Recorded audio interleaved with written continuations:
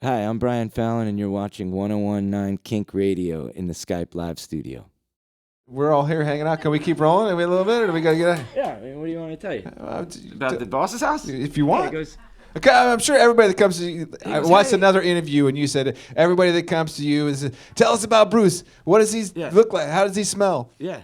But if you want to share a story about, Yeah, well, I mean, like, if you want to know. Fire it up. Yeah, well, I mean, we had that song, 59 Sound.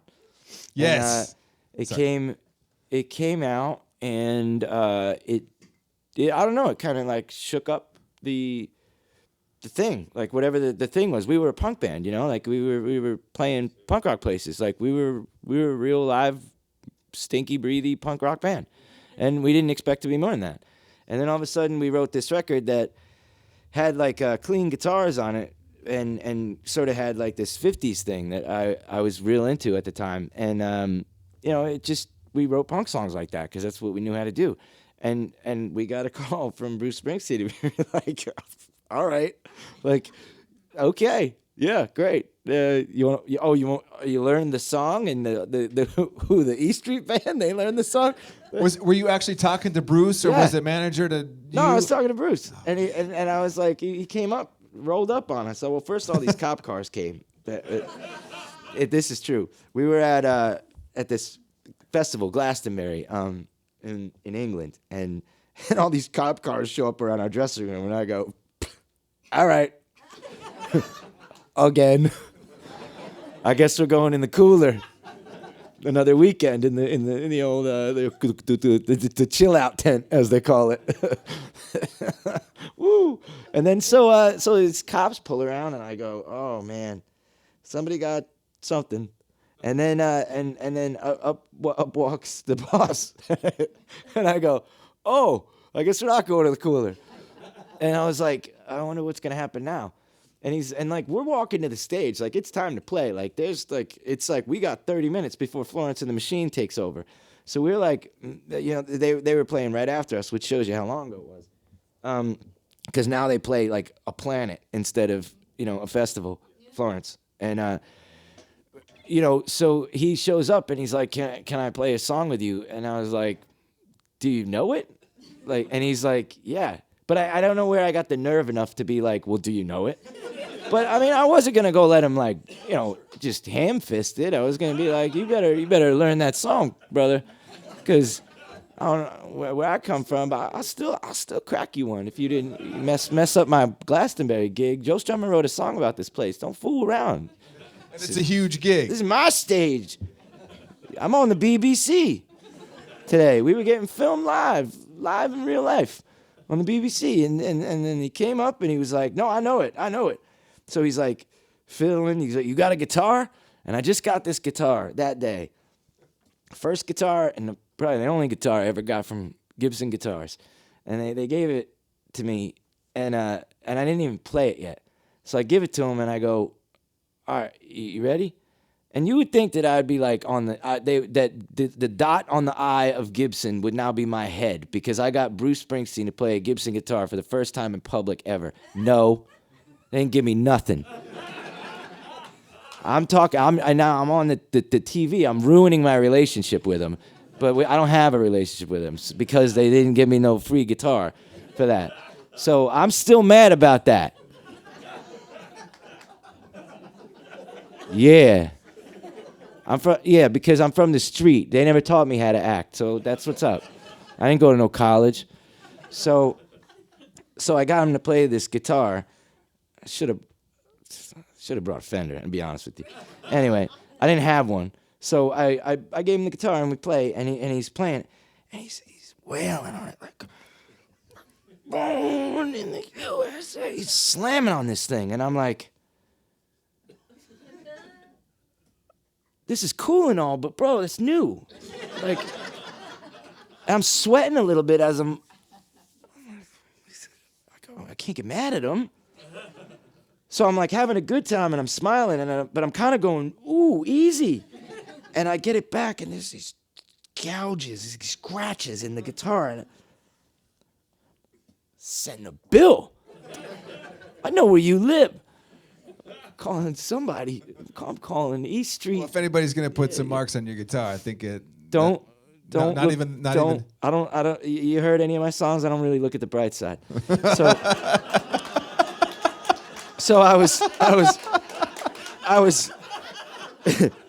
was nonplussed, to say the least, about this guitar situation, and but I was so happy that he came up and played, and he kind of knew it, and then when we got done, he was like, "Hey, you wanna play tomorrow? We're playing Hyde Park Calling," and I was like, "Oh, that's a big gig. That's a bigger gig than this gig."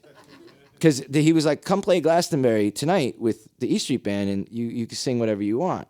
And then I was like, "Oh, okay." And he's like, "You like that song, No Surrender?" I'm like, "Yeah, I heard of it." And I was playing real cool. Yeah, I heard it. I think I know it. So I was like, when I was going out there, though, to sing that song the first time, I was like, I'm doing this is my shot. Like, I'm Muhammad Ali now. Like, I'm going to knock this out of the park. Because I know that he just sang with Brandon Flowers. Then they did Thunder Road or some jam or whatever. And then he sang with a bunch of other people, like famous people, much more famous than me. Like, and I was like, all right, it's on now, Brandon Flowers. I was like, it's on everybody. Like, the world, it's on. And I went out there, and I was like, I was singing this like it was my life depended on it. And then the next night, he was like, all right, we're going to do it bigger. We're going to do it at Hyde Park. There's going to be 200,000 people. And I was like, all right. So, and I had been playing to like 250 people. Like, so we went out there, and then I did it, and I felt like I did an awesome job. I'm going to be honest with you. Like, when I was over, I felt like I didn't care if it was good or on key or anything. I was like, I left it out there. Whatever I had in me that was on that stage, then that was it. And I was like, I mean this, because that song's special to me. Like, it means something to me. Like, those songs, they do, because we're still, struggling. We're still trying to do it. People think we're famous and we're rich, and that's ridiculous. We're not. Like, and we're just humping it the way we can, like, with guitars and drums, and that's what the song was saying, and that's what I believed in that, and I sang it, like, to my best of my ability, and but it was on. It was a match. I was going up against everybody, and not knowing who I was, those 200,000 people. I was going up against all the famous people that had just been recently singing with him, and I took it like this is a fight. Like, I'm throwing down. I'm gonna do this. Like, I'm gonna knock this out, and if I don't, I'm gonna die trying, doing it. And so I did it, and he put me in a film, and he filmed it, and I had no idea it was being filmed, and he put me out on a DVD, and I was like, all right, that's why you're cool. That's why you're the boss. And like, so I'll never get tired of talking about that. Hell yeah. That's awesome. Yeah. No. I've seen it, and it is spectacular. I have not seen it, believe it or not. I can't watch it. Can't watch it? Nah, because I don't know. The one with you singing with him, or him coming with up with the Gaslight Anthem? Me singing with him. Yeah. It's like, that's brutal. That's like next level stuff. Yeah. You know what I mean? Like, so it's too heavy for me. Yeah. I can't believe it's real, because I feel like I'm going to turn on the DVD. It's going to be like, edit, not like it wasn't really there.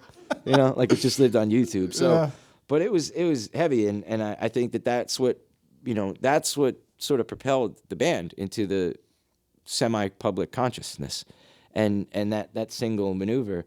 So yeah, I mean, are you going to answer questions for a long time about that? Yeah, of course you are, because it's like walking on the moon. It was like Neil Armstrong. Like, you're the only guy that they know that walked on the moon. Right. And essentially singing with Bruce Springsteen is walking on the moon. Right. So for a guy like me anyway, so people are going to ask you about that because they're curious about it. Like, hey man, what's the moon like? What does the moon smell like? It's not an unreasonable question, and it's not a question you should get tired of. And for a while there I got a little stingy about it, but like, I'm older. I was so much older then. I'm younger than that now. Right. You know what I mean? Like, yeah. But yeah, like, it's not. I realize that it's not a foreign thing for someone to be curious about, and it's a good story. I think it's a great story. Yeah, it's an awesome story. Yeah, and it's my story. And it's damn cool. right. So I still like Brandon Flowers, though. I just want to make that clear. Like, I really do like the Killers, and I was just, but if it's him or me and it's Bruce Springsteen and it's my shot, I'm sorry, man. You had that, Mr. Brightside. I ain't had no hit, man. Send me a hit. Yo, Brandon Flowers, send me a hit like Gibson. Send me a guitar and a hit. What's up? Yo, holla at your boy. All right. Brian Fallon, once Yeah. again, everybody. Yeah, man. Keep going. Clap louder. I would just like to let Skype know, thank you. I've had very, very exciting conversations over Skype at times in my life. Thank you. Yes. You make distance easier. Thank you. It's nice. I like it. Don't watch what I'm doing though. Peace. Yes. Back to work.